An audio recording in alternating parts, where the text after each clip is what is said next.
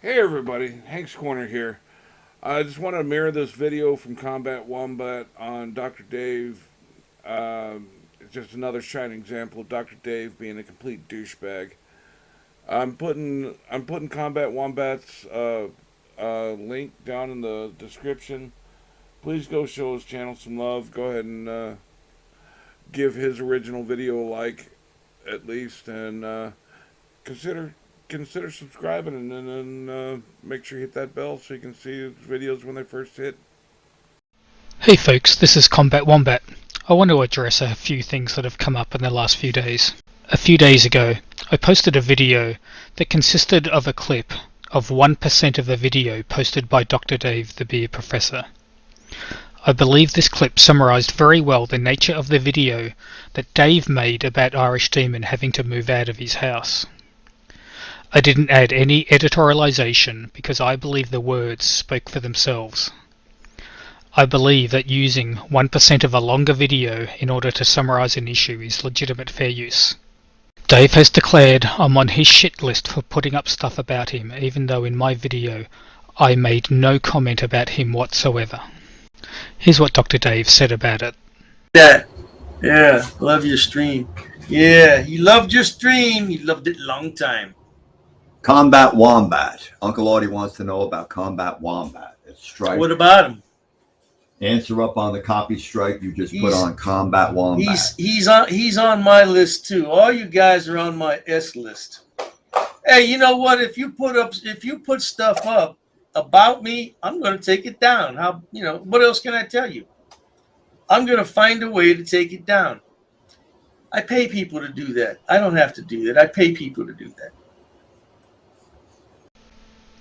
The next issue I want to address is Dr. Dave bullying LGBT people. As one of the hundreds of millions of LGBT people on the planet, I'm used to hearing these sort of attacks, and I think it just says more about Dr. Dave than it does about me. On January 23, 2022, Dave did apologise for a statement he made 5, 6, 7 years ago about transgender people being confused about which bathroom to use. Now, I will say here that there are aspects of this apology that are genuinely remorseful, and I'll give Dave kudos for that, but there's also a lot that's very problematic as well.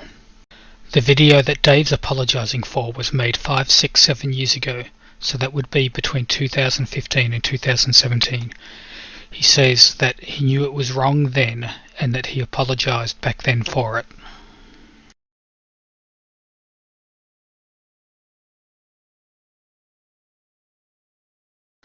Unfortunately, Dave started his apology by saying he's the victim.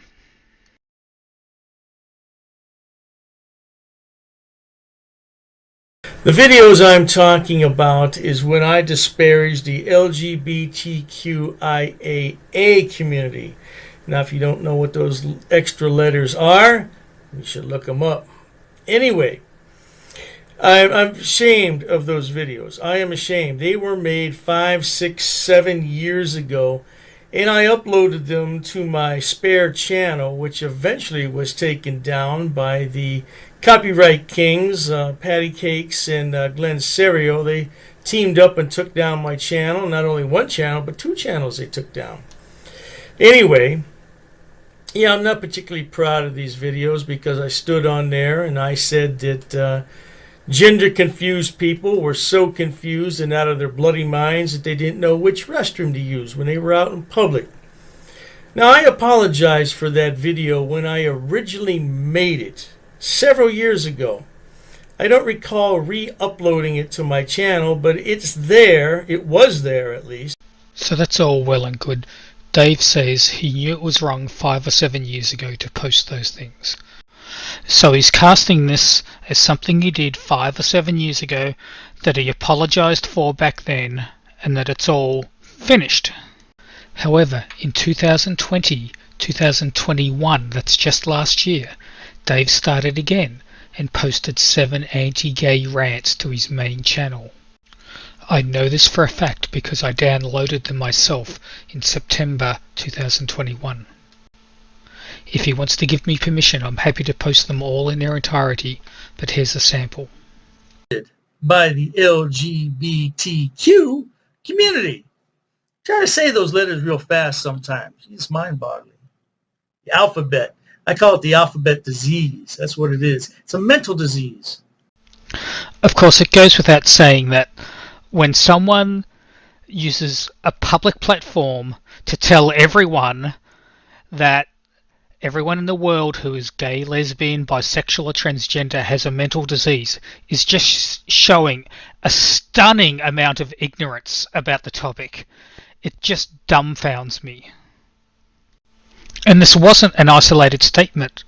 Dave put up 7 videos in 2020, 2021, with similar ideas. I just find it incredible. This one's my favorite. It's something about systemic racism turning people gay. See if you can make sense of it. You wake up one morning. I better not get into that. Gotta be careful what you say on here. Everything's considered hate speech these days.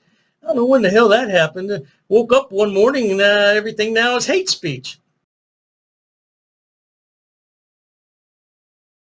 Well, anyway, 16% of Generation Z identifies as LGBTQ.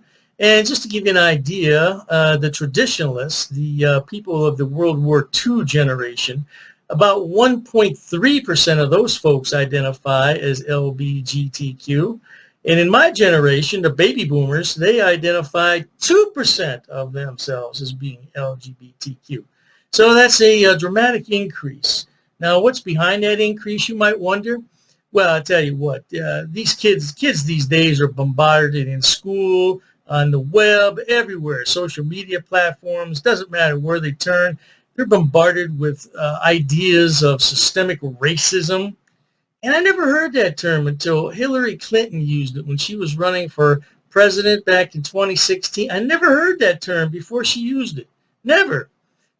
Recently, it's a pretty recent phenomenon to me, at least. Okay, systemic racism and white supremacy.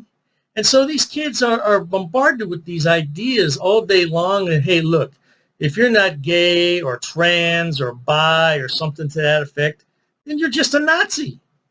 So there's a lot of pressure on these kids to become part of the LGBT community because that's more acceptable. Ah, boy, I don't know, man. I'm telling you. At any rate, something that has nothing to do with this rant at all is, here it is right here. Oh, man, I picked this up last year. And the stock slides out here. See if I can do this. It's pretty awkward doing it in front of the camera. There you can see the stock slides out. There you go. And this was used by Nazi Germany. This is an MP40. This is an MP40. Now you can go down to your... Here's another public post Dave made in 2018. And again, this was after he realized he was saying the wrong thing. And according to him, after he made an apology for all this stuff. Listen to this carefully.